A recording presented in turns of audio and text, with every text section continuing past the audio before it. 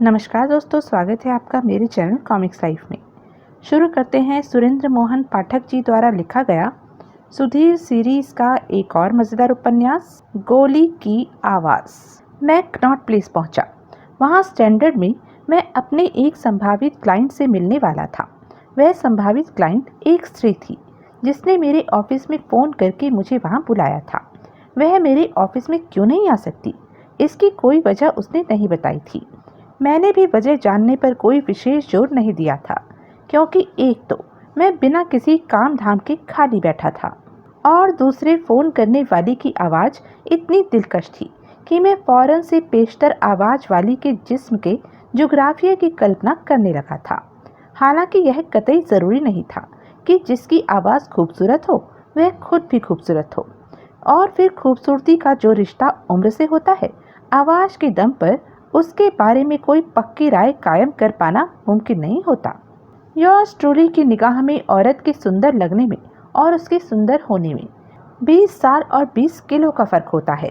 मेरी उस संभावित क्लाइंट ने मुझे केवल अपना नाम बताया था और उस नाम के अलावा और कुछ नहीं बताया था। हालांकि मैं उसकी उम्र और उसकी अंगिया का नाप भी पूछना चाहता था। मैं सीढ़ियां चढ़कर रीगल सिनेमा के ऊपर स्थित स्टैंडर्ड रेस्टोरेंट में पहुंचा और उसकी प्लेन ग्लास की विशाल खिड़कियों के समीप की एक मेज पर बैठ गया। वहां से मुझे नीचे की रौनक दिखाई दे रही थी और वहां आती जाती बेशुमार खूबसूरत लड़कियों को देखते हुए मैं सोच रहा था कि क्या उनमें अनुराधा शर्मा थी। जो भी खूबसूरत लड़की मुझे सड़क पार करके रीगल की ओर बढ़ती दिखाई देती थी, मैं उसी के बारे में कामना करने लगता था कि वही अनुराधा शर्मा हो। मैं इस बात को बार बार अपने जहन में नहीं आने देना चाहता था कि अनुराधा शर्मा वहां विचरती सुंदरियों की मम्मी की उम्र की भी हो सकती थी। मैंने वेटर को कॉफ़ी और वहां की मशहूर एकदम ताजी बनी पेस्ट्रियों का ऑर्डर दिया और अपनी कलाई पर बंधी हुई घड़ी पर निगाह डाली। 6 बजने में, यानी कि मुलाकात के निर्धारित समय में अभी 10 मिनट बाकी थे। मैंने अपनी जेब से डनहिल का पैकेट निकाला और एक सिगरेट सुलगा लिया। ठीक 6 बजे रेस्टोरेंट के दरवाजे पर एक युवती प्रकट हुई। उसने एक सरसरी निगाह हॉल में मौजूद लोगों पर डाली। वहां मेरे अलावा केवल 2 और शख्स थे जो अकेले थे। एक बेहद लंबा चौड़ा सिर से गंजा आदमी था और दूसरा उतना ही पतला युवक था जितना कि गंजा मोटा था। फिर वह सीधी मेरी तरफ बढ़ी। मेरा दिल गवाही देने लगा कि वही अनुराधा शर्मा थी, और अगर वह अनुराधा शर्मा थी तो वह नीचे सड़क पर घूमती उन तमाम लड़कियों से कहीं ज़्यादा खूबसूरत थी जिनमें से किसी के अनुराधा शर्मा होने की मैं कामना कर रहा था। वह एक लगभग 23-24 साल की लंबी ऊंची कदावर लड़की थी और मेरी पसंद की सारी चीज़ें उस लड़की में थी। अपनी पसंद आपका यह खादिम पहले भी आप पर जाहिर कर चुका है। लंबा कद, तनी हुई सुडोल भरपूर छातियाँ, पतली कमर, भारी नितंब, लंबे सुडोल गोरे चिट्टे हाथ पांव, साफ सुथरे खूबसूरत नयन नक्श, कटे हुए मुलायम बाल, शाही चाल, जिस्म पर गिलाफ की तरह चढ़ा हुआ आधुनिक परिधान। वह मेरे समीप पहुंची। मिस्टर सुधीर कोहली, उसने पूछा, वही खनकती हुई सुरीली आवाज़ जो मैंने टेलीफोन पर सुनी थी। वही। मैं उठता हुआ बोला, आप अनुराधा शर्मा हैं? हाँ, वह बोली, तशरीफ़ रखिए। वह मेरे सामने बैठ गई। मैं भी बैठ गया। मैंने अपना सिगरेट ऐश ट्रे में झोंक दिया और बोला, कॉफ़ी? नहीं। वह भावहीन स्वर में बोली, कोई कोल्ड ड्रिंक? नहीं, ज़रूरत नहीं। एक आध पेस्ट्री ही नोश फरमाइए। जी नहीं, शुक्रिया। वेटर उसके सामने पानी का एक गिलास रख गया, लेकिन उसने उसमें भी कोई दिलचस्पी नहीं ली। मैंने गौर से उसकी तरफ देखा। मुझे उसकी आंखों में व्याकुलता का भाव छलकता दिखाई दिया। फ़ोन आप ही ने किया था? मैंने पूछा। हाँ, वह बोली। आपने मुझे यहाँ क्यों बुलाया? आप ऑफिस में भी चली आती। मैं नहीं चाहती थी कि किसी को मालूम होता कि मैं किसी प्राइवेट डिटेक्टिव के पास गई थी। किसको मालूम होता? किसी को मालूम हो सकता था। कैसे? कैसे भी। खैर छोड़िए, यूँ पहेलियाँ बुझाने में तो बहुत वक्त बर्बाद होगा। मतलब की बात पर आइए।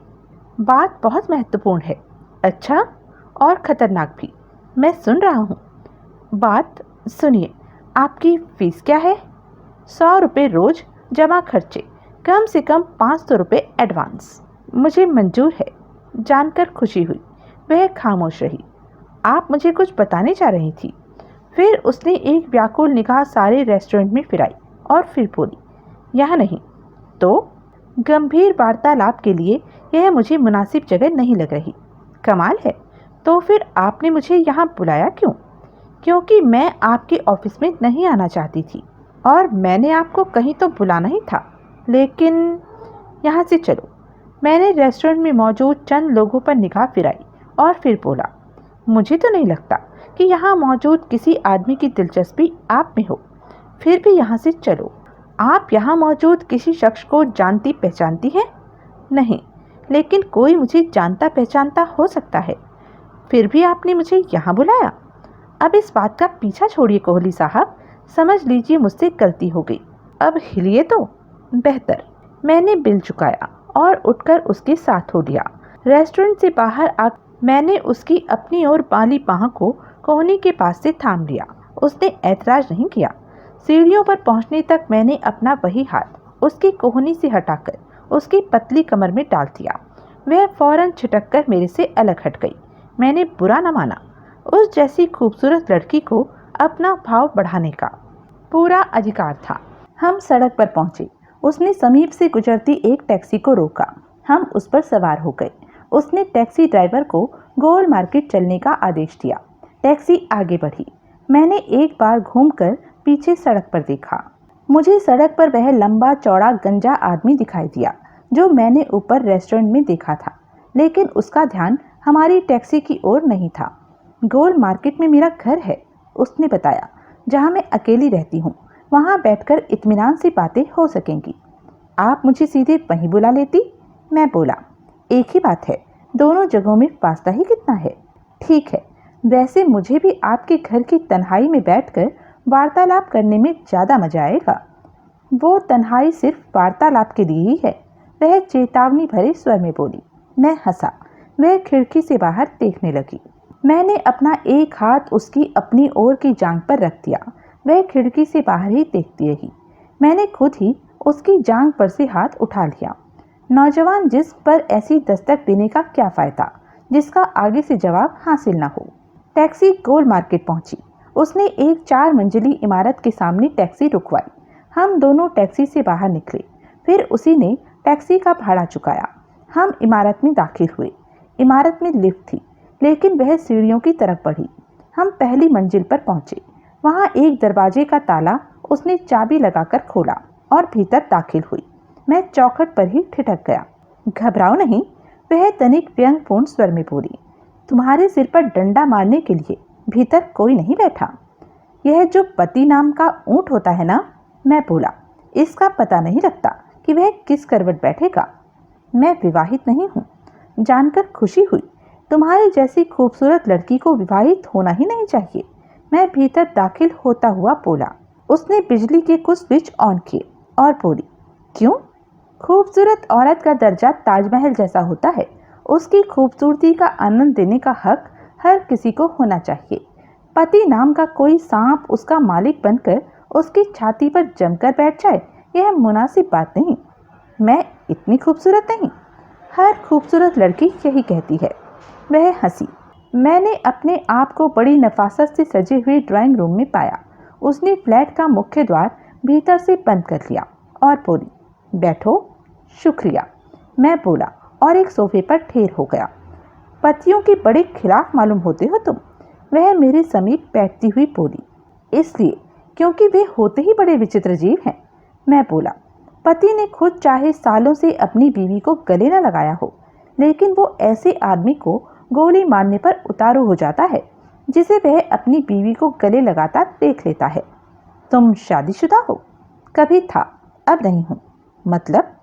मतलब यह कि शादी की थी लेकिन निभी नहीं, इसलिए तलाक हो गया।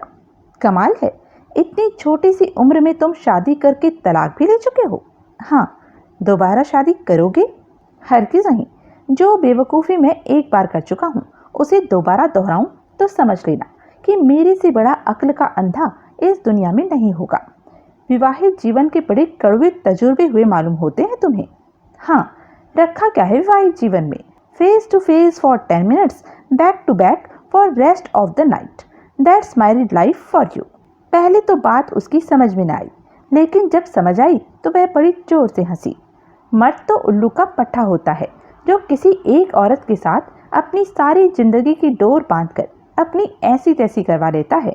एक बार वह शादी के फेर फंसा नहीं और उसका सत्यानाश हुआ नहीं। जो लोग कहते हैं कि शादी के बिना आदमी अधूरा होता है, वह यह शाश्वत सत्य जुबान पर नहीं लाते कि शादी के बाद वह अधूरा आदमी खत्म हो जाता है। मेम साहब, मुकम्मल बेड़ा गर्क करने से अधूरा रहना कहीं अच्छा है। वह फिर हंसी। सच पूछो तो इस दुनिया में असली ठाठ औरतों के ही हैं। मर्द को खूबसूरत जवां मर्द बनने के लिए 1000 पापड़ बेलने पड़ते हैं। गठीला खूबसूरत जिस्म बनाने के लिए उसे घंटों कसरत वगैरह करनी पड़ती है, अनुशासनपूर्ण जिंदगी बितानी पड़ती है और 100 तरह से अपना ख्याल रखना पड़ता है। लेकिन इस संदर्भ में औरत क्या करती है? कुछ भी नहीं। वह तो चारपाई पर पड़ी पड़ी ही जवान हो जाती है और गोलगप्पे खा खाकर ही लोगों की तबाही का सामान करने के काबिल बन जाती है। उसने विचित्र भाव से मेरी ओर देखा।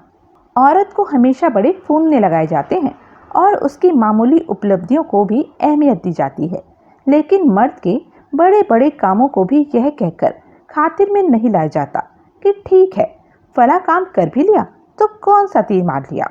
मर्द पैदा होता है तो लोग पूछते हैं जच्चा तो ठीक है, वह जवान होकर शादी करता है तो लोग पूछते हैं बहू कैसी है, वह मर जाता है तो लोग पूछते हैं कि विधवा के लिए क्या छोड़ गया।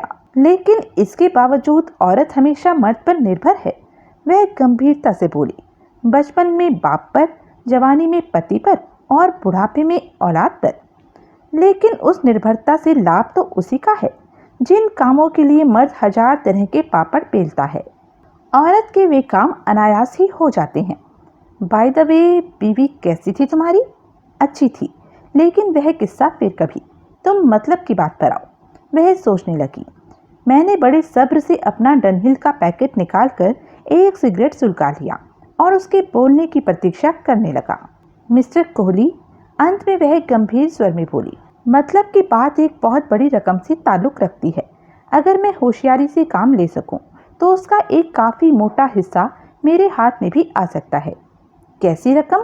कैसा हिस्सा? 5 करोड़ रुपए की रकम और उसका मोटा हिस्सा।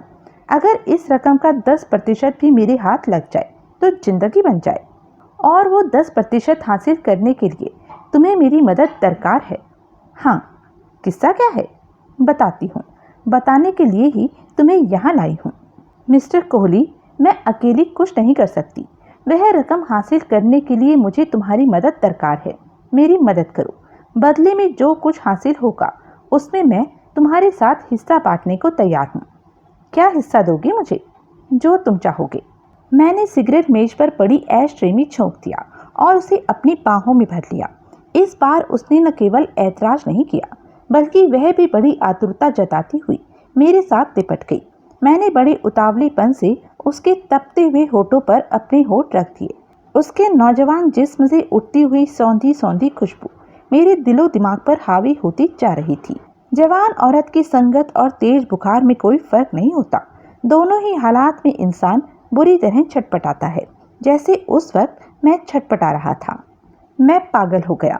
एकाएक वह मछली की तरह तड़प कर मेरे पहलू से निकल गई और मुझे परे धकेलती हुई बोली, जीन में मुझे असुविधा हो रही है, मैं कपड़े बदल कर आती हूँ। और फिर वह बिना मेरे उत्तर की प्रतीक्षा किए बगल के दरवाजे की तरफ बढ़ गई। वह दरवाजा खोलकर भीतर दाखिल हुई। दरवाजा उसके पीछे बंद हो गया और वह मेरी निगाहों से ओझल हो गई। मैंने कांपते हाथों से एक नया सिगरेट सुलगाया और अपनी उखड़ी हुई सांसों को व्यवस्थित करने की कोशिश करने लगा। मैं मन ही मन कल्पना करने लगा कि जब वह वापस लौटेगी तो वह अपनी जीन्स, कीवी और जैकेट की जगह क्या पहने हुए होगी, या कुछ पहने हुए होगी भी या नहीं, या शायद वह वापस लौटेगी ही नहीं। शायद वह मुझे आवाज़ देकर वहीं बुलाएगी जहाँ वो थी, शायद अपने बेडरूम में। मेरी आंखों में वासना के गुलाबी डोरे और गहरे हो उठे। एकाएक सारा फ्लैट एक गोली की आवाज़ से गूंज उठा। मैं हड़बड़ाकर उठ खड़ा हुआ, सिगरेट फेंक कर उस दरवाजे की तरफ भागा जिसके पीछे जाकर वह मेरी निगाहों से ओझल हुई थी। वह कमरा एक छोटे से गलियारे का था। उसकी बाईं दीवार में एक खुला दरवाजा था जिसके समीप मुझे अनुराधा दिखाई दी। मेरे देखते देखते उसका शरीर हवा में लहराया। मैंने लपक कर उसे थामा और उसे फर्श पर गिरने से रोका। उसके भार के नीचे दबकर मेरे घुटने मुड़ गए। मैं उसे अपने पहलू में संभाले नीचे को झुका। मेरे घुटने फर्श के साथ जा लगे और उसका सिर मेरी छाती पर आकर टिक गया। मैंने आतंकित निगाह उस पर डाली। उसकी छाती में गोली का गोल छेद दिखाई दे रहा था और उसमें से भल भल करके खून बह रहा था। उसकी आंखों से जीवन की ज्योति बुझ चुकी थी। वह बेडरूम ही था। मैंने अनुराधा शर्मा को वहां लगी विशाल डबल बेड पर लिटा दिया और उसकी पथराई हुई आंखें बंद कर दी।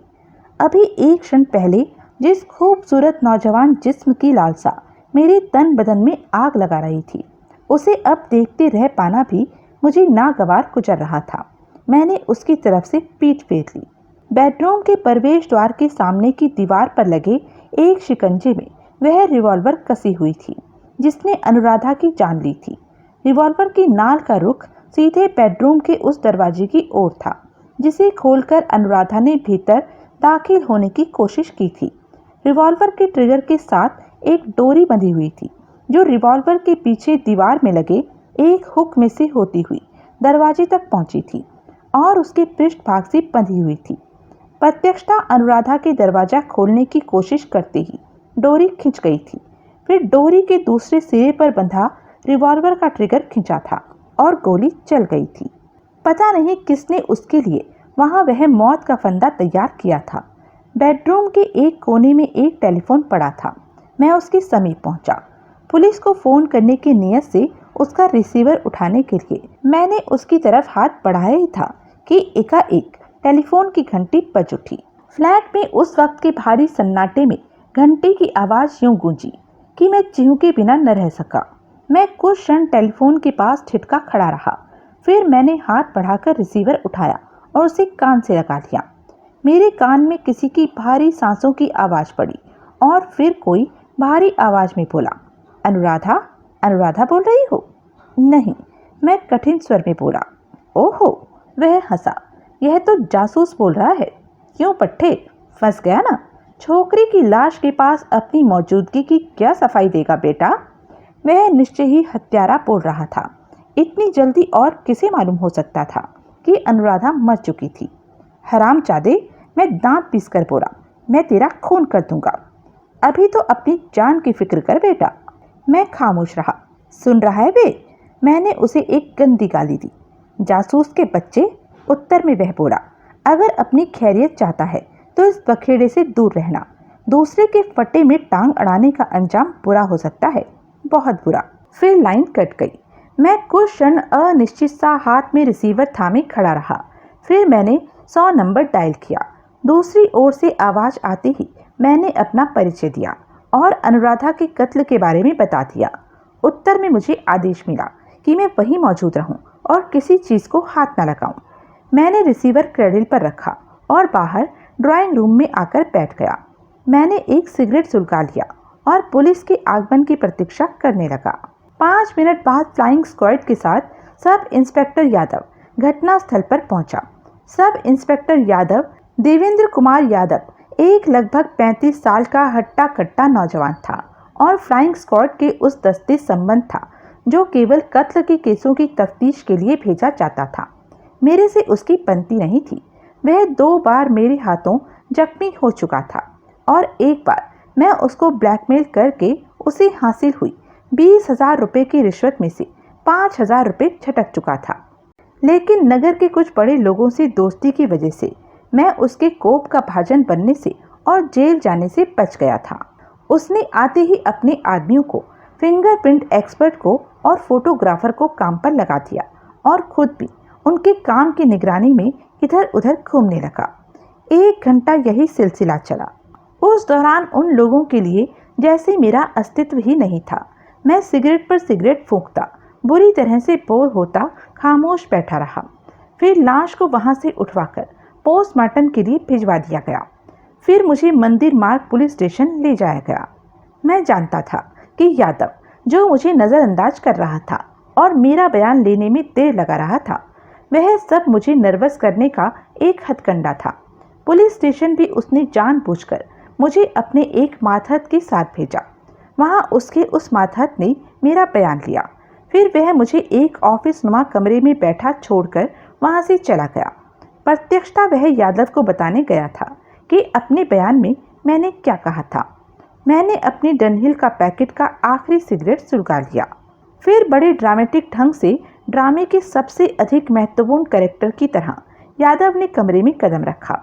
वह आकर मेरे सामने बैठ गया और कठोर स्वर में बोला, सिगरेट फेंको। मैंने सिगरेट को अपने होठों से निकालने का उपक्रम नहीं किया। उसने हाथ बढ़ाकर सिगरेट मेरे होठों में से खींच लिया और उसे कमरे में एक ओर फेंक दिया। मैं खामोश बैठा रहा। तुम पुलिस स्टेशन में हो, वह बोला, किसी रेस्टोरेंट या सिनेमा हॉल में नहीं। सिनेमा हॉल की मिसाल ठीक नहीं, मैं बोला, वहाँ सिगरेट पीने की मनाही होती है। बको मत। बहुत अच्छा माई बाप। 5:30 बजे तुम कहते हो कि उस लड़की ने तुम्हारे ऑफिस में तुम्हें फ़ोन किया था। 6 बजे तुम स्टैंडर्ड रेस्टोरेंट में उससे मिले थे। वहाँ से तुम्हें वह अपने फ्लैट में ले आई थी। ठीक ठीक। वह तुम्हारी क्लाइंट थी नहीं, बनना चाहती थी। किस सिलसिले में? कोई 5 करोड़ रुपए की रकम का सिलसिला बता रही थी वो। वह मेरी मदद से उस रकम का एक मोटा हिस्सा हासिल करने की फिराक में थी। बात को विस्तार से बताओ। विस्तार से बताने लायक कुछ नहीं है। उसने मुझे इसके अलावा और कुछ नहीं बताया था। तुम इतना अरसा उसके साथ रहे, उस दौरान उसने तुम्हें सिर्फ यह 1.5 लाइन की बात बताई? हाँ, तुम झूठ बोल रहे हो। मैंने लापरवाही से कंधे झटकाए। लड़की ने तुम्हें रेस्टोरेंट में क्यों बुलाया?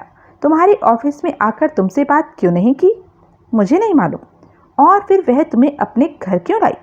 रेस्टोरेंट में भीड़ थी, वह मुझसे तन्हाई में बात करना चाहती थी। अगर यह बात थी तो उसने तुम्हें रेस्टोरेंट में बुलाया ही क्यों था? बुलाते वक्त शायद उसे उम्मीद नहीं थी कि रेस्टोरेंट में भीड़ होगी। उसके फ्लैट में तुम कितने बजे पहुंचे थे? 6:30 बजे। उसे गोली कितने बजे लगी थी? 6:45 बजे। 15 मिनट तुम उसके साथ उसके फ्लैट में रहे। उतने अरसे में सिर्फ यही बात हुई कि किसी 5 करोड़ रुपए की रकम में से एक मोटी रकम वह हथियाना चाहती थी और इस काम में उसे तुम्हारी मदद दरकार थी। इसके अलावा कुछ और हल्की फुल्की बातें भी हुई थी। कैसी बातें? दुनियादारी की। लड़की जो बनियान सी पहने हुई थी, स्कीवी, वो ब्लाउज सा जो वो पहने, स्कीवी। अच्छा, स्कीवी ही सही। उस स्कीवी के ऊपरले 3 बटन खुले हुए थे। तुम्हारी वो दुनियादारी की बातें क्या उन खुले बटनों से ताल्लुक़ रखती थी? मैं खामोश रहा। ज़रूर यही बात थी। मैंने देखा था लड़की के होठों से लिपस्टिक भी पूंछी हुई थी, जो कि लिपस्टिक अगर पूंछी हुई थी तो वह उसने खुद पूंछी होगी।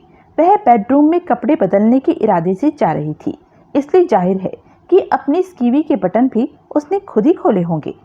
लेकिन बेडरूम में वह पहुंची ही नहीं थी। न सही, वह सारा फ्लैट उसका था। बेडरूम से बाहर का गलियारा उसका था। वह बटन खोलती हुई भी बेडरूम की ओर जा सकती थी। मुझे सारे सिलसिले से तुम्हारी किसी शरारत की बू आ रही है। इसका सिर्फ एक ही मतलब हो सकता है। क्या? कि तुम्हारी नाक को इलाज की ज़रूरत है। बकवास मत करो। वह मेज पर घूंसा जमाता हुआ बोला, और तमीज़ से बात करो। मैं खामोश रहा। तुम कुछ और बताना चाहते हो? बताना तो चाहता हूँ, लेकिन तुम मुझे बोलने का मौका दोगे तभी तो बताऊँगा। बोलो, क्या कहना चाहते हो? मैंने उसे उस टेलीफोन कॉल के बारे में बताया जो मेरे ख्याल से हत्यारे ने की थी। सच कह रहे हो? वह संदिग्ध स्वर में बोला। हाँ, मैं बोला। उस आवाज़ को तुम कभी दोबारा सुनो तो पहचान पाओगे? उम्मीद तो है।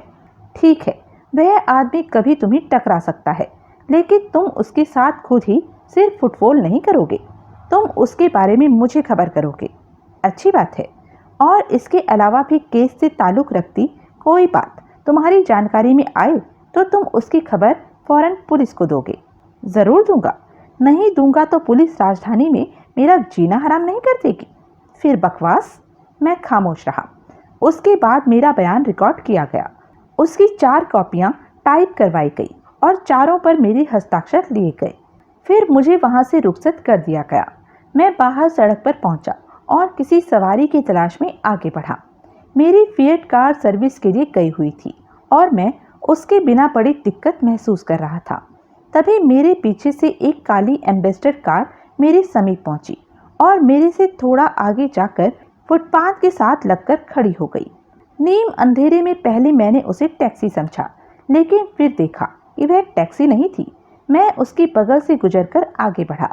तभी कार में से एक देव समान आदमी बाहर निकला और मेरे पीछे मेरे समीप पहुंचा। इससे पहले कि मैं कुछ समझ पाता, किसी भारी चीज का एक भरपूर प्रहार मेरी दाईं कनपट्टी पर पड़ा। मेरी आंखों के सामने लाल पीले सितारे नाच गए। मेरा शरीर एक बार हवा में लहराया और फिर मुझे फुटपाथ अपनी आंखों के करीब आता दिखाई दिया। चेतना लुप्त होने से पहले मैंने इतना जरूर महसूस किया कि मैं फुटपाथ पर नहीं गिरा था, मैं रास्ते में ही थाम लिया गया था। मुझे होश आया तो मैंने अपने आप को एक ढीली ढाली चारपाई पर पड़ा पाया। मेरी खोपड़ी में साएं साएं हो रही थी और कनपट्टी फोड़ी की तरह दुख रही थी। मैंने हाथ उठाकर कनपट्टी को टटोला तो पाया कि वहां एक अंडे जितना घूमड़ निकल आया था, लेकिन खाल फूटी नहीं थी। मैंने लेटे लेटे ही एक निगाह कमरे में चारों ओर दौड़ाई। कमरा एकदम खाली था। वहां उस चारपाई के अलावा जिस पर कि मैं पड़ा था, अगर कुछ था तो एक गोरिल्ले जैसे आकार का बड़ी भयानक शक्ल सूरत वाला आदमी था, जो कि दरवाजे के साथ पीठ लगाए खड़ा था। नींद खुल गई तुम्हारी? गोरिल्ला खरखराते स्वर में बोला। मैं उठा और चारपाई से नीचे टांगे लटकाकर बैठ गया। कौन हो तुम? अपनी निगाह में मैं बड़े कठोर स्वर में बोला। और मुझे यहाँ क्यों लाए हो? तुम्हें अक्ल देने के लिए, वह सहज भाव से बोला। कैसी अक्ल? ऐसी। और उसके दाएं हाथ का एक प्रचंड घूसा हथौड़ी की तरह मेरी खोपड़ी से टकराया। मेरा भेजा जैसे अपने स्थान से हिलकर मेरे मुंह में आ गया। मैंने उसके पेट को निशाना बनाकर अपनी टांग चलाई, लेकिन वह उसके जिस्म से छू तक न पाई। उसने मुझे गिरहबान से थामा और मुझे यूं मेरे पैरों पर खड़ा कर दिया जैसे मैं कोई भारहीन वस्तु था। फिर उसने मेरा गिरहबान थामे थामे ही अपने खाली हाथ के उल्टे सीधे तमाचे मेरे चेहरे पर जड़ने आरंभ कर दिए। तमाचों के साथ साथ मेरी खोपड़ी मशीनी अंदाज से दाएं बाएं घूमती रही। कैसा लग रहा है? उसने पूर्वता तमाचे जमाते हुए सवाल किया। मैं जवाब देने की स्थिति में नहीं था। फिर उसने अपना हाथ रोक लिया और मेरा गिरहबान भी ढीला छोड़ दिया। तुम्हारी यह खातिर, वह बोला, तुम्हें यह समझाने के लिए की गई है कि तुमने अपने काम से काम रखना है। बॉस को अपने मामलों में तुम्हारी दखल अंदाजी पसंद नहीं। मेरी बात समझ में आ गई तुम्हारी? मैं खामोश रहा। नहीं समझ आई तो और अच्छी तरह समझाऊं? लेकिन मेरे बाप, मैं हाँफता हुआ बोला, यह तो बताओ कि तुम कौन से बॉस की बात कर रहे हो और उसके कौन से काम में दखल अंदाजी कर रहा हूँ। बॉस के बारे में तुम्हें जानने की जरूरत नहीं और काम की तुम्हें खबर है। नहीं है? है। वह एक घूंसा मेरे पेट में जमाता हुआ बोला। खबर है तुम्हें। दूसरा स्टीम रोलर की ठोकर जैसा मजबूत घूंसा उसने मेरी खोपड़ी पर जड़ा और मेरा गिरहबान छोड़ दिया। मैं रेत के बोरे की तरह वापस चारपाई पर लुढ़क गया। मुझे अपने मुंह में गर्म खून भर आया महसूस हुआ। मैंने अपनी आंखें बंद कर ली। थोड़ी देर बाद मैंने बड़ी सावधानी से एक आंख खोली।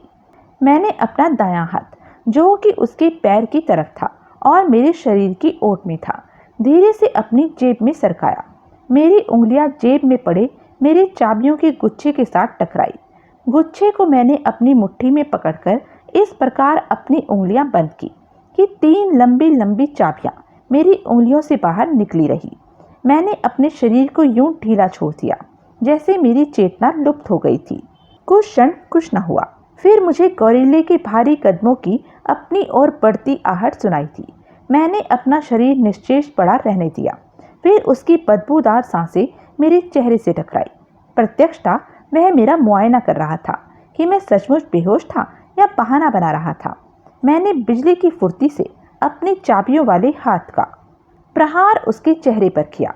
उस प्रहार के पीछे मेरे शरीर की पूरी शक्ति निहित थी। चाबियों के नोकीले सिरे मुझे उसके होठों को काटकर उसके दांतों से टकराते महसूस हुए। मेरी उंगलियां उसके खून से सन गई। मैं छलांग मारकर चारपाई की दूसरी तरफ उतर गया। मैंने दोनों हाथों से चारपाई उठाई और बिना यह जानने की कोशिश किए कि वह किस हालत में था, मैंने उसको घुमाकर उसके पहाड़ जैसे शरीर पर दे मारा। चारपाई का एक पाया उसकी कनपट्टी से टकराया। उसके मुंह से एक हाय निकली और वह रेत के बोरे की तरह भर भराकर नंगे फर्श पर ढेर हो गया। मैंने चारपाई फिर उसके फर्श पर पड़े शरीर पर दे मारी। उसके मुंह से यूं शू की आवाज निकली जैसे गुब्बारे में से गैस निकली हो। उसके बाद उसके शरीर में हरकत न हुई। मैं घुटनों के बल उसके समीप बैठ गया। मैंने उसकी बाह को तनिक झंझोड़ा। वह होश में न आया। उसका चेहरा खून से रंगा हुआ था और होठ यूं कट गए थे कि उनको अपनी असली हालत में केवल प्लास्टिक सर्जन ही ला सकता था। कटे हुए होठों में से वह खाली स्थान भी झांक रहा था जहां थोड़ी ही देर पहले उसके 2 दांत थे। मैंने उसकी तलाशी ली। एक जेब में से एक रिवॉल्वर बरामद हुई। रिवॉल्वर हाथ में आते ही मेरे हौसले बुलंद हो गए। अब मैं उससे या उस इमारत में मौजूद उसके किन्हीं संगी साथियों से निपटने की कैफियत रखता था। अब मैं उस गोरिल्ले से बिना यह पूछे कि अनुराधा की हत्या क्यों हुई थी और उस सिलसिले में मुझे खामोश रहने के लिए क्यों कहा जा रहा था, वहां से जाने वाला नहीं था। उसकी एक जेब में से कुछ नोट बरामद हुए, लेकिन उसके पास कोई ऐसा कागज पत्तर नहीं था जो उसकी शिनाख्त में सहायक सिद्ध हो सकता। अलबत्ता उसकी एक जेब में से मुझे एक छोटा सा कार्ड जरूर मिला जिस पर उभरे हुए शब्दों में लिखा था, डायमंड क्लब, राजेंद्र प्लेस, नई दिल्ली। ऊपर दाएं कोने में बहुत बारीक अंकों में एक टेलीफोन नंबर लिखा हुआ था और कार्ड की पिछली तरफ पेंसिल से लिखा था, डॉली। नाम के आगे प्रश्न चिन्ह लगा हुआ था। डायमंड क्लब नाम की किसी क्लब के अस्तित्व तक का ज्ञान मुझे नहीं था। तभी गोरिल्ले की आंखें फड़फड़ाई और वह धीरे से कराहा। मैंने वह कार्ड वापस उसकी जेब में धकेल दिया और उसके पूरी तरह से होश में आने की प्रतीक्षा करने लगा। उसने आंखें खोली और यूं मेरी तरफ देखा जैसे अपनी आंखें मुझ पर फोकस न कर पा रहा हो। मैंने उसी के रिवॉल्वर की नाल से बड़े धीरे से लेकिन बड़े अर्थपूर्ण ढंग से उसकी नाक की हड्डी पर दस्तक दी। उसकी आंखों में फौरन दहशत के भाव प्रकट हुए। उठने की कोशिश मत करना, मैं चेतावनी भरे स्वर में बोला। ऐसे ही बड़े अच्छे लग रहे हो। वह खामोश रहा। तुम्हारे 2-3 दांत और तुम्हारे हलक में धकेलूं या वैसे ही बात करोगे? उसने थूक निकली। या मैं तुम्हें सीधे गोली ही मार दूं? गोली की आवाज सारी गली में सुनाई देगी। वह फंसे स्वर में बोला। मेरे साथी यहाँ आकर तुम्हारा कीमा बना देंगे। ठीक है, फिर मैं तुम्हारे दांत ही तोड़ता हूँ। दांत टूटने की आवाज शायद इस कमरे से भी बाहर नहीं जा पाएगी। क्या ख्याल है गोरिल्ले? उसने फिर थूक निकली। अपना नाम बोलो। दयाल सिंह। तुम किस बॉस का जिक्र कर रहे थे? अनुराधा शर्मा की हत्या किसने की है और कौन नहीं चाहता कि मैं उसकी हत्या में कोई दिलचस्पी लूं? मैं कुछ नहीं जानता। जानते नहीं या बताना नहीं चाहते? मैं तुम्हें कुछ नहीं बता सकता। मैंने रिवॉल्वर की नाल का एक हल्का सा प्रहार उसके कटे हुए होठ पर किया। उसके मुंह से घुटी हुई चीख निकली। बोलो, तुम मुझे टॉर्चर करके मेरी जुबान नहीं खुलवा सकते। वह हाँफता हुआ बोला।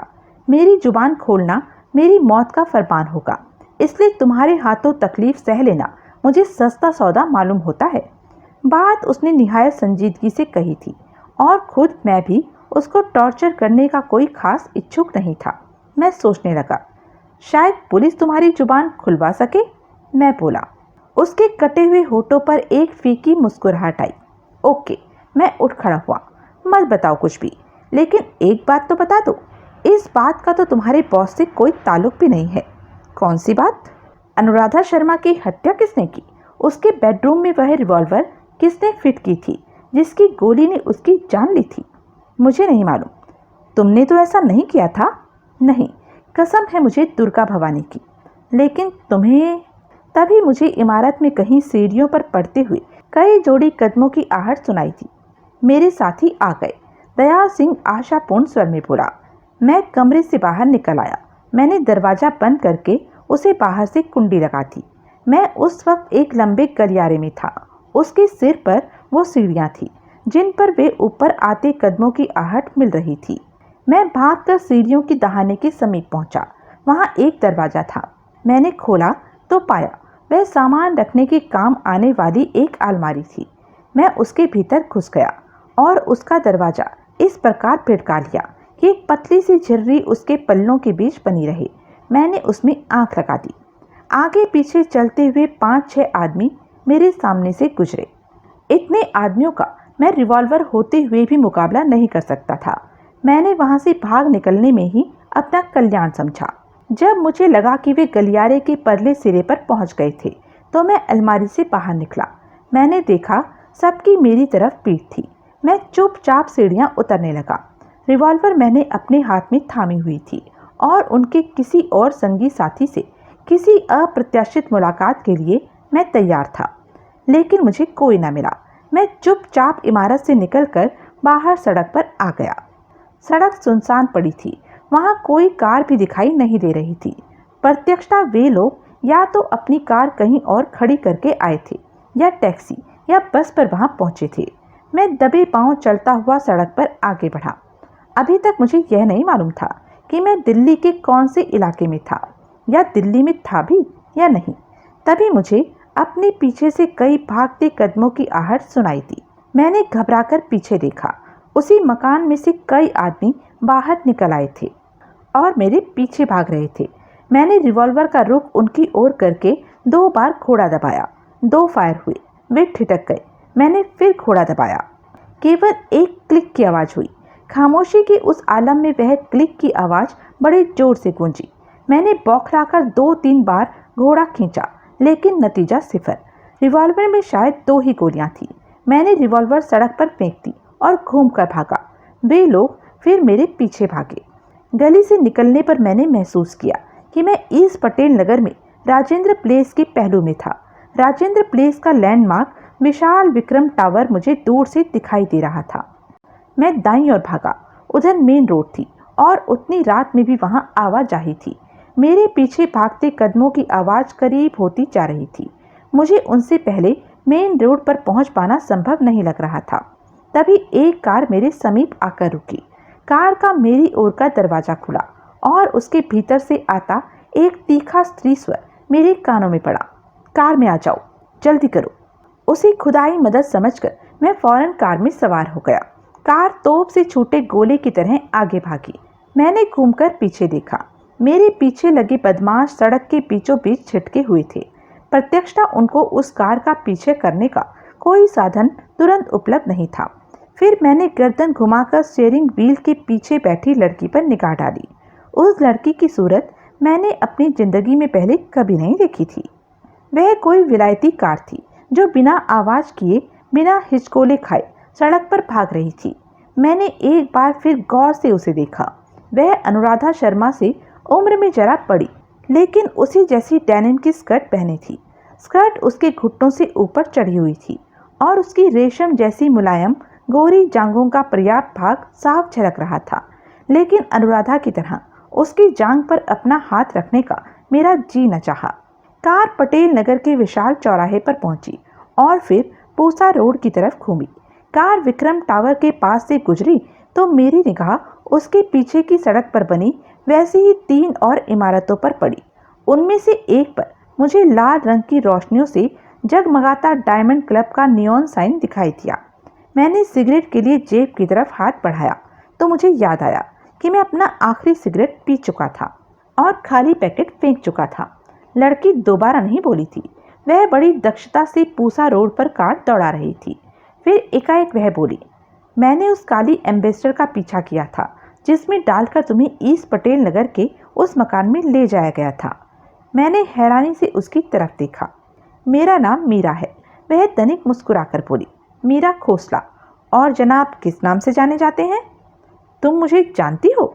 नहीं तो तुमसे मुलाकात का इत्तेफाक कभी हुआ ही नहीं, और हुआ तो ऐसे अनोखे तरीके से हुआ। जाहिर है बंदे को सुधीर कोहली कहते हैं। और सुधीर कोहली साहब करते क्या हैं? मैं एक प्राइवेट डिटेक्टिव हूँ। ओह, बड़ा सनसनीखेज धंधा है तुम्हारा। हाँ, और खतरनाक भी। अभी भी जान जाते जाते बची है। शीशा तो देखा नहीं होगा। क्या मतलब? उसने रियर व्यू मिरर मेरी तरफ घुमा दिया। मैंने अपनी सूरत का प्रतिबिंब देखा तो उसकी बात का मतलब मेरी समझ में आया। मेरा चेहरा 2-3 जगह से सूज आया था और होठों के पास ठोडी तक खून की पपड़ी जमी हुई थी। एक आंख लाल हो गई थी और कनपट्टी पर बना घूमड़ थोड़ा थोड़ा बालों से बाहर झांक रहा था। मैंने शीशे का रुख फेर दिया। कार लिंक रोड पार कर चुकी थी और अब पंचकुइया रोड पर दाखिल हो रही थी। हम कहाँ जा रहे हैं? मैंने पूछा। मेरे घर, वह बोली। कोई ऐतराज? ऐतराज तो कोई नहीं, लेकिन क्यों? एक तो तुम्हारी फर्स्ट एड के लिए, तुम्हारे चेहरे की मरम्मत के लिए, और दूसरे, हाँ हाँ, अब जबकि मुझे मालूम है कि तुम प्राइवेट डिटेक्टिव हो, तो हो सकता है कि मुझे तुम्हारी व्यावसायिक सेवाओं की ज़रूरत हो। फिर तो यह एक बहुत बड़ा इत्तेफाक हुआ कि जिस अनजान आदमी को तुमने लिफ्ट दी वह एक प्राइवेट डिटेक्टिव निकला। जाहिर है हम मेरे ऑफिस में चलकर बात करें तो ज़्यादा अच्छा नहीं होगा। तुम्हारा ऑफिस कहाँ है? नेहरू प्लेस में। ना बाबा, नेहरू प्लेस तो बहुत दूर है। और तुम्हारा घर करीब है? हाँ, बस पहुँच ही गए समझो। कहाँ है तुम्हारा घर? टॉलस्टॉय मार्ग पर। तब तक कार कनॉट सर्कस की गोल सड़क पर दौड़ रही थी। तुम्हारा रिश्ता खोसला इंडस्ट्रीज के मालिकान से तो नहीं? एकाएक मैंने पूछा। है तो सही। ओह, वह बहुत बड़े रईस खानदान से संबंधित थी। तुमने उस काली एम्बेसडर का पीछा क्यों किया? उत्तर देने के स्थान पर उसने कार को एक बहुमंजिली इमारत की लॉबी में दाखिल कर दिया। उसने कार को बड़ी दक्षता से घुमाकर एक स्थान पर रोका और उसका इंजन बंद कर दिया। आओ, वह बोली। मैं उसके साथ कार से बाहर निकला। लिफ्ट पर सवार होकर हम 8वीं मंजिल पर पहुंचे। वहां एक दरवाजे का ताला उसने चाबी लगाकर खोला। मैं उसके पीछे पीछे भीतर दाखिल हुआ। भीतर रोशनी थी और वह ड्राइंग रूम की तरह बड़ी नफासत से सजा हुआ एक हॉल था। कुछ पियोगे? वह बोली। कुछ क्या? मैंने पूछा। कुछ भी पीऊँगा, मैं भी पर विशेष जोर देता हुआ बोला। सुजन सिंह, उसने ऊंचे स्वर में आवाज लगाई। पिछवाड़े का एक दरवाजा खुला और वेट्रो जैसी सफेद वर्दी पहने एक बूढ़े ने भीतर कदम रखा। ड्रिंक्स लाओ, मीरा ने आदेश दिया, और साहब को बाथरूम दिखाओ। जी मेम साहब, वह बोला। आइए साहब। मैं उसके साथ हो लिया। वह मुझे एक सफ़ेद टाइलों वाले फर्श और वैसे ही दीवारों वाले एक विशाल बाथरूम में ले आया। वह मुझे वहां छोड़कर जाने लगा तो मैं बोला, सुजान सिंह। जी साहब। वह ठिठका। कहीं से सिगरेट ला सकते हो? ज़रूर ला सकता हूँ साहब। कौन सा सिगरेट लाऊं? डनहिल। डनहिल ना मिले तो कोई भी। डनहिल ही मिलेगा साहब। मैंने उसे एक 20 का नोट देने की कोशिश की, जो उसने यह कहकर नहीं लिया कि मेम साहब नाराज हो जाएंगी। वह वहां से चला गया। बाथरूम की जिस दीवार में विशाल शीशा लगा हुआ था, उसी के एक पहलू में एक कैबिनेट थी, जिसमें से मैंने डेटॉल और रुई बरामद की। मैंने सिंक का गर्म पानी का नलका चालू किया और फिर डेटॉल और रुई की सहायता से अपने चेहरे की मरम्मत करनी आरंभ की। 10 मिनट की मेहनत से मैं उसे इस काबिल बना पाया कि कोई देखे तो यह न कहे कि मैं पिट कर आया था। फिर मैंने अपने बालों में कंघी फिराई और बालों को कनपट्टी पर इस प्रकार व्यवस्थित किया कि घूमड़ उसके नीचे छुप जाए। मैं वापस हॉल में पहुंचा। ड्रिंक्स वहां पहुंच चुकी थी। मुझे देखते ही मीरा ने जाम तैयार करने आरंभ कर दिए। मैं उसके बगल में जा बैठा। टेबल पर डनहिल का नया पैकेट पड़ा था। मैंने उसे खोलकर एक सिगरेट सुलगा लिया। पानी, सोडा या नीट? मीरा ने पूछा। सोडा, मैं बोला। मैंने देखा उसके हाथ में ब्लैक डॉग की बोतल थी। स्कॉच का आनंद मुझे सोडे के साथ ही आता था। उसने दोनों गिलासों में सोडा और एक एक आइस क्यूब डाला। फिर उसने एक गिलास मुझे थमा दिया और बोली, चीयर्स। चीयर्स। मैं उसके गिलास से गिलास टकराता हुआ बोला। मैंने स्कॉच का घूंट पिया। आनंद आ गया। मैंने दीवार पर लगी इलेक्ट्रॉनिक क्लॉक पर निगाह डाली। आधी रात होने को थी। तो तुम प्राइवेट डिटेक्टिव हो? वह मुस्कुराती हुई बोली। वह तो मैं हूँ, मैं बोला। लेकिन पहले तुम यह बताओ कि तुमने काली एम्बेसडर का पीछा क्यों किया था? यूं ही, वह बोली। एडवेंचर के तौर पर मैं शॉपिंग के लिए करोल बाग गई थी और उस वक्त वापस लौट रही थी जब मैंने मंदिर मार्ग पर वह नज़ारा देखा था। तुम फुटपाथ पर जा रहे थे। एक काली एम्बेसडर तुम्हारे पास आकर रुकी। उसमें से एक पहाड़ जैसा लंबा चौड़ा आदमी निकला। उसने एक डंडे का भारी वार तुम्हारी कनपट्टी पर किया। तुम बेहोश होकर गिरने लगे तो उसने तुम्हें रास्ते में ही थाम लिया और अपनी कार में डाल लिया। फिर वह भी कार में सवार हो गया और कार वहां से रवाना हो गई। मुझे सारा सिलसिला बड़ा फिल्मी लगा। उस वक्त मुझे लगा कि मैं रीना राय थी, तुम शत्रुघ्न सिन्हा थे और वह पहाड़ जैसा आदमी शेट्टी था। उस क्षण मैंने फौरन वह हरकत की जो अगर मैं किसी फिल्म में रीना राय होती तो करती। मैंने फौरन कार को यू टर्न दिया और उसे काली एम्बेसडर के पीछे लगा दिया और इस तरह तुम ईस्ट पटेल नगर पहुंच गई। हाँ, जब तुम्हें पता लग ही गया था कि वह गोरिल्ला मुझे किस मकान में लेकर गया था तो तुम्हें पुलिस को फोन करना चाहिए था। पागल हुए हो? हीरोइन कभी पुलिस को फोन करती है? उसने जो करना होता है खुद करती है। तुम क्या करने का इरादा रखती थी? जी तो चाह रहा था कि उस मकान में घुस जाऊं और 2-4 जनों के हाथ पांव तोड़कर तुम्हें वहां से निकाल लाऊं, लेकिन मैंने ऐसा नहीं किया। क्यों? क्योंकि मैं तुम्हें जानती नहीं थी। क्योंकि फिल्मों की तरह उस सीन से पहले मैंने न तो तुम्हारे साथ किसी बाग में गाना गाया था और न ही किसी डिस्को में डांस किया था। मेरी बेसाख्ता हंसी निकल गई। तुम फिल्में बहुत देखती हो? मैं बोला। हाँ, वह तनिक संकोचपूर्ण स्वर में बोली। खास तौर से अमिताभ बच्चन, विनोद खन्ना और शत्रुघ्न सिन्हा की।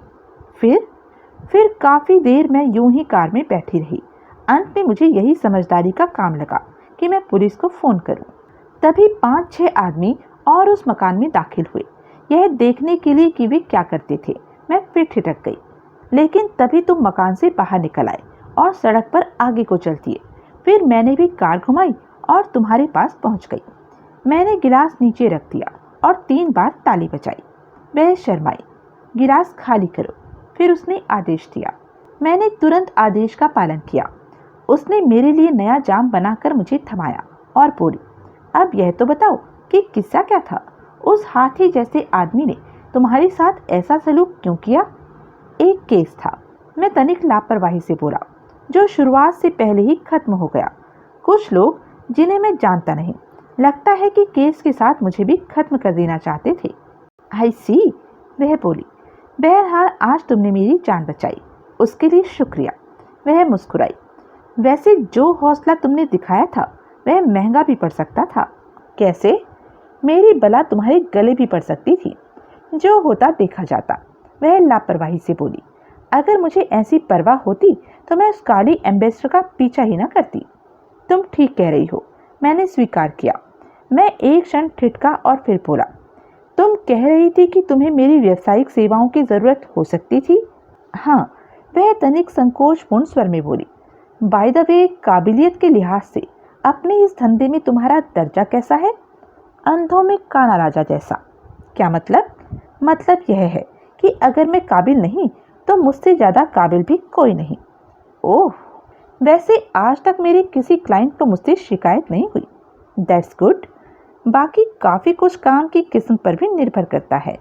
काम तुम्हारे जैसे काबिल आदमी के लिए कोई ज्यादा मुश्किल नहीं, असंभव तो हरगिज नहीं। वो कहते हैं ना कि दुनिया में कोई काम असंभव नहीं होता। गलत कहते हैं। उसने सक पकाकर मेरी तरफ देखा।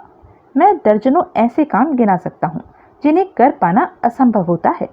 मसलन कोई माइका लाल एक हाथ में 2 तरबूज थाम कर दिखाए, कोई टूथपेस्ट की ट्यूब में से पेस्ट निकालने के बाद उसे उसी रास्ते वापस धकेल कर दिखाए, कोई। तुम तो मजाक कर रहे हो। नहीं, मैं एकदम सीरियस हूँ। तुम बोलो, काम क्या है? बताती हूँ। पहले तुम यह बताओ कि क्या तुम ब्लैकमेलिंग के केस को हैंडल कर सकते हो? बातें करते समय वह अपनी टांगे इस प्रकार हिला रही थी कि उसकी मेरी ओर की टांग अक्सर मेरी टांग से टकरा जाती थी। मेरा जी चाह रहा था कि या तो मैं उसकी जांघ पर हाथ रखकर उसका हिलना डुलना बंद कर दूं और या फिर उससे थोड़ी परे सरक कर बैठ जाऊं। मैंने दोनों में से कोई भी काम नहीं किया। कोई तुम्हें ब्लैकमेल कर रहा है? प्रत्यक्षता मैं बोला। हाँ, वह बोली। ब्लैकमेल शब्द उसके शिकार के किसी ऐसे गुनाह की तरफ साफ साफ इशारा होते हैं जो शिकार के लिए शर्मिंदगी का बायस होता है और जिसे वह हर हालत में लोगों की निगाह में आने से बचाना चाहता है। तुमने ऐसा क्या किया है? मैंने किसी मर्द को अपने पहलू में आने दिया था। यह तो कोई गुनाह नहीं, आम हालत में गुनाह नहीं, लोगों के लिए गुनाह नहीं, लेकिन मेरे लिए यह बहुत भारी गुनाह है। क्यों? क्योंकि बदकिस्मती से मैं खोसला परिवार में पैदा हुई हूँ। हमारे यहाँ औरत को मर्द की परछाई से भी दूर रहने की सीख दी जाती है। इस सीख ने तुम पर असर नहीं किया मालूम होता। वह खामोश रही। वैसे ब्लैकमेल कौन कर रहा है तुम्हें?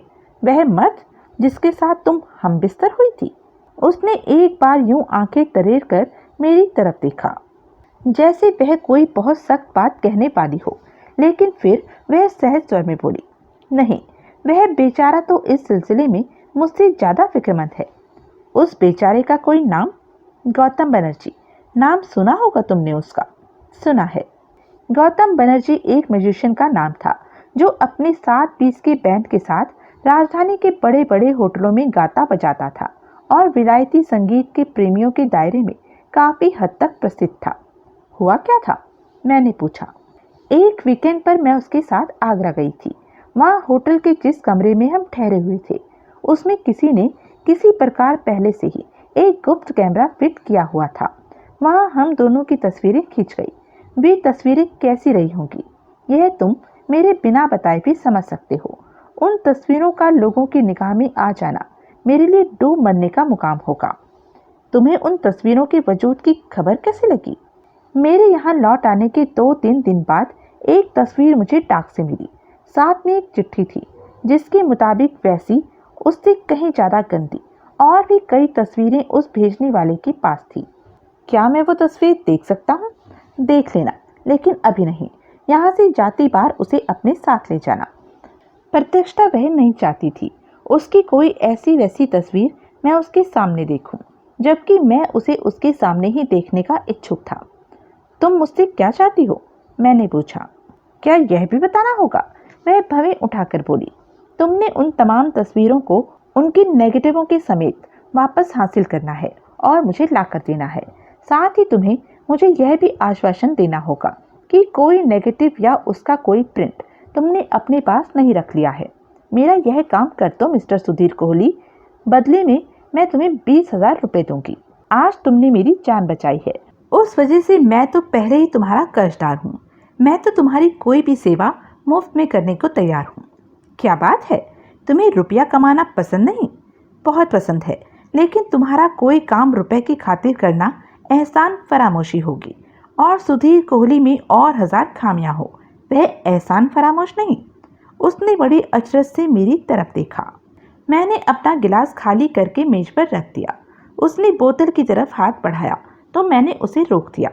फिर मैं बोला, उन तस्वीरों की खातिर तुम मुझे इतनी बड़ी रकम ऑफर कर रही हो, इससे जाहिर होता है कि उनके लोगों की जानकारी में आ जाने से होने वाली बदनामी के अलावा भी कोई वजह है जो तुम मुझे बता नहीं रही हो। वजह है, उसने स्वीकार किया। क्या वजह है? सुनो, तुम्हारी जानकारी के लिए मेरे माँ और बाप दोनों मर चुके हैं। मैं अपने माँ बाप की इकलौती औलाद हूँ और मैं तुम्हें पहले ही बता चुकी हूँ कि हमारा खानदान औरतों की आज़ादी के हक में नहीं। मेरे पिता के ख्यालात भी ऐसे ही थे, इसलिए मुझे एक नेक नियत शरीफ जाति बनाए रखने के लिए उन्होंने अपनी वसीयत में एक निहायत बेहूदी शर्त लिखवाई थी। उस शर्त के मुताबिक मैं खोसला उद्योग की विपुल धनराशि की स्वामिनी उसी सूरत में बन सकती थी, जबकि मैं अपनी शादी हो जाने तक एक शरीफ जाति बनी रहती। और अगर तुम शरीफ जाति न बनी रहो तो क्या होगा? मैं उस अजीब शर्त पर हैरान होता हुआ बोला, तो मैं सारी जायदाद से बेदखल और मेरी जगह मेरा चाचा हरि प्रसाद खोसला सारी जायदाद का मालिक। कमाल है, यानी कि तुम्हारा नाम किसी सेक्स स्कैंडल से जुड़ना तुम्हें करोड़ों की जायदाद से वंचित कर सकता है और तुम्हारे चाचा को आनन फानन करोड़पति बना सकता है। करेक्ट। फिर तो तुम्हारा चाचा तुम्हारे पतन के गर्त में गिरने की दिन रात दुआएं मांगता होगा। जरूर मांगता होगा। कहीं यह तुम्हारा बॉयफ्रेंड गौतम बनर्जी तुम्हारे चाचा का ही तो पिट्ठू नहीं, जो तुम्हें बहला फुसला कर आगरे ले गया हो और वहाँ जो तुम दोनों की तस्वीरें खींची थी उनके लिए खुद वही जिम्मेदार हो? नहीं, मैं यह बात नहीं मान सकती। गौतम मेरे साथ ऐसी दगाबाजी नहीं कर सकता। दौलत बड़े बड़ों का ईमान खराब कर देती है मेम साहब, लेकिन गौतम ऐसा नहीं हो सकता। उसकी माली हालत कैसी है? वैसी ही जैसी एक म्यूजिशियन की हो सकती है, यानी कि मामूली, बड़ी हद तक पर मिडिल क्लास। मैं जानती हूँ तुम क्या कहना चाहते हो। तुम कहना चाहती हो कि मेरे चाचा ने उसे 150,000 रुपए की ऑफर देकर उसे मेरे साथ दगाबाजी करने के लिए तैयार कर लिया होगा। लेकिन मैं यह बात नहीं मान सकती। गौतम को तुम नहीं, मैं जानती हूँ। ओके ओके, मैं तुम्हारे विश्वास की कदर करता हूँ और भगवान से प्रार्थना करता हूँ कि गौतम वैसा ही हो जैसा तुम समझ रही हो। अब यह बताओ कि क्या तुमने अभी तक ब्लैकमेलर को कोई रकम अदा की है? हाँ, 5-5 हजार रुपए की 2 रकमें मैं अदा कर चुकी हूँ। उन रकमों की मांग कैसे की गई थी और वे तुमने उस तक पहुंचाई कैसे थी? पहली बार तस्वीर के साथ एक संक्षिप्त सी चिट्ठी आई थी जिसमें 5,000 रुपए का ड्राफ्ट किसी कालीचरण के नाम बनवाकर उसे साधारण डाक से पोस्टमास्टर नई दिल्ली जीपीओ की मार्फत भेजना था। दूसरी बार भी मुझे ऐसी चिट्ठी मिली थी। वे चिट्ठियां तुम्हारे पास हैं या तुमने फेंक दी? मेरे पास हैं। जरा दिखाओ तो। वह उठकर बगल के कमरे में गई और एक भूरे रंग का लिफाफा साथ लेकर लौटी। उसने लिफाफा मुझे सौंप दिया और बोली, इसमें दोनों चिट्ठियां हैं और मेरी वो तस्वीर भी है, लेकिन तुम इसे अपने घर ले जाकर ही खोलना। ओके। मैंने लिफाफा अपने कोट की जेब में रख लिया। वह मेरी बगल में बैठ गई और बोली, शुरुआत कहाँ से करोगे? शुरुआत मैं गौतम बनर्जी से करूँगा, लेकिन वो मुझे मालूम है, तुमने बताया है मुझे, वो दगाबाज नहीं हो सकता, लेकिन फिर भी उससे बात करने में क्या हर्ज है? मर्जी तुम्हारी। मुझे उसके घर का पता बताओ। 21 निजामुद्दीन वेस्ट और अपने चाचा के घर का भी। कोठी नंबर 5 राजपुर रोड। मैंने दोनों पते याद कर दिए। अपने चाचा से तुम्हारी मेल मुलाकात है? न, कतई नहीं। साल 2 साल में कभी इत्तेफाक से कहीं आमना सामना हो जाए तो दूसरी बात है। आई सी। गौतम बनर्जी को चेक करने के बाद क्या करोगे? उसके बाद ब्लैकमेलर की अगली मांग का इंतजार करना होगा, जो कि जाहिर है ज़रूर होगी, क्योंकि अगर उसने तुम्हारे 10,000 रुपयों से ही सब्र कर लेना होता तो उसने तुम्हारी तस्वीरें और नेगेटिव भी तुम्हें लौटा दिए होते। शायद वे उसने नष्ट कर दिए हों। जो स्थिति होगी सामने आ जाएगी। वैसे मुझे उम्मीद नहीं कि वह ब्लैकमेलर इतनी आसानी से तुम्हारा पीछा छोड़ देगा। अपनी अगली मांग वह भेजता ही होगा। अब मैं चलता हूँ। मैंने उठने का उपक्रम किया। अरे, ड्रिंक तो और लो, वह बोली। बस 1 फॉर द रोड। ओके, लेकिन तुम्हारी नाइट कैप के साथ। वह एक क्षण हिचकिचाई और फिर बोली, मंजूर। उसने अपना गिलास खाली किया और 2 पैक बनाए। उसने एक गिलास मुझे दिया और दूसरा खुद उठा लिया। बॉटम्स अप, मैं बोला। उसने मुझे पहले अपना गिलास खाली कर दिखाया। मैंने हैरानी और प्रशंसा के मिले जुले भावों से उसकी तरफ देखा। हम भी किसी से कम नहीं, वह तनिक झूमकर बोली। मैं उठकर खड़ा हुआ। उसने उठने के लिए सहारा मांगने की खातिर मेरी तरफ हाथ बढ़ाया। मैंने उसका हाथ थाम लिया और उसे अपनी तरफ खींचा। वह अपने स्थान से उठी और सीधे मेरी छाती से आ टकराई। मैंने उसे अपनी बाहों में भर लिया। उसने ऐतराज नहीं किया। मैंने बड़े सहज भाव से उसके होठों पर अपने होठ रख दिए। उसने फिर भी ऐतराज नहीं किया, लेकिन फिर जब मेरा एक हाथ उसकी पीठ के पीछे से होता हुआ उसके एक उन्नत वक्ष पर आकर पड़ा तो उसने एकाएक मुझे परे धकेल दिया। नॉटी नॉटी, वह बोली। यह देखकर मेरी जान में जान आई कि उसके स्वर में मेरी उस हरकत के प्रति आक्रोश नहीं था। लकी सुधीर कोहली, मैंने मन ही मन अपने आप को बधाई थी। जब भी ऐसी कोई नौबत आती थी तो सबसे पहले मैं इस बात के लिए इत्मीनान महसूस करता था कि मेरी बीवी ने मुझे एक गैर मुनासिब नामाकूल मर्द समझकर मुझे तलाक दे दिया था। कितना बड़ा एहसान किया था उसने मुझ पर। शादीशुदा होने के मैं 100 नुक्स गिना सकता था, लेकिन उसका सबसे बड़ा नुक्स यह था कि एक ही औरत से बार बार प्यार करना तो सरासर ऐसा काम था जैसे आप ऐसी जगह को खुजला रहे हों जहां खुजली होनी कब की बंद हो चुकी हो। आज बड़ा मुबारक दिन है, प्रत्यक्षता मैं बोला। आज की तारीख में मुझे 2 महिला क्लाइंट मिली और दोनों ही मेरे मिजाज से तालमेल खाती मेरी मनपसंद निकली। 2? वह बोली। हाँ, एक तुम और एक मिस अनुराधा शर्मा थी। तुम जानती हो उसे? जानना तो दूर, मैंने तो कभी यह नाम तक नहीं सुना। कैसे सुना होता? जरूर मुझे नशा हो गया है जो मैंने इतना बेमानी सवाल पूछा। उसने बड़े अर्थपूर्ण ढंग से वॉल क्लॉक की तरफ देखा। मैं फौरन मुख्य द्वार की तरफ बढ़ा। वह दरवाजे तक मेरे साथ आई। उसने दरवाजा खोला। दरवाजे पर मैं ठिठका।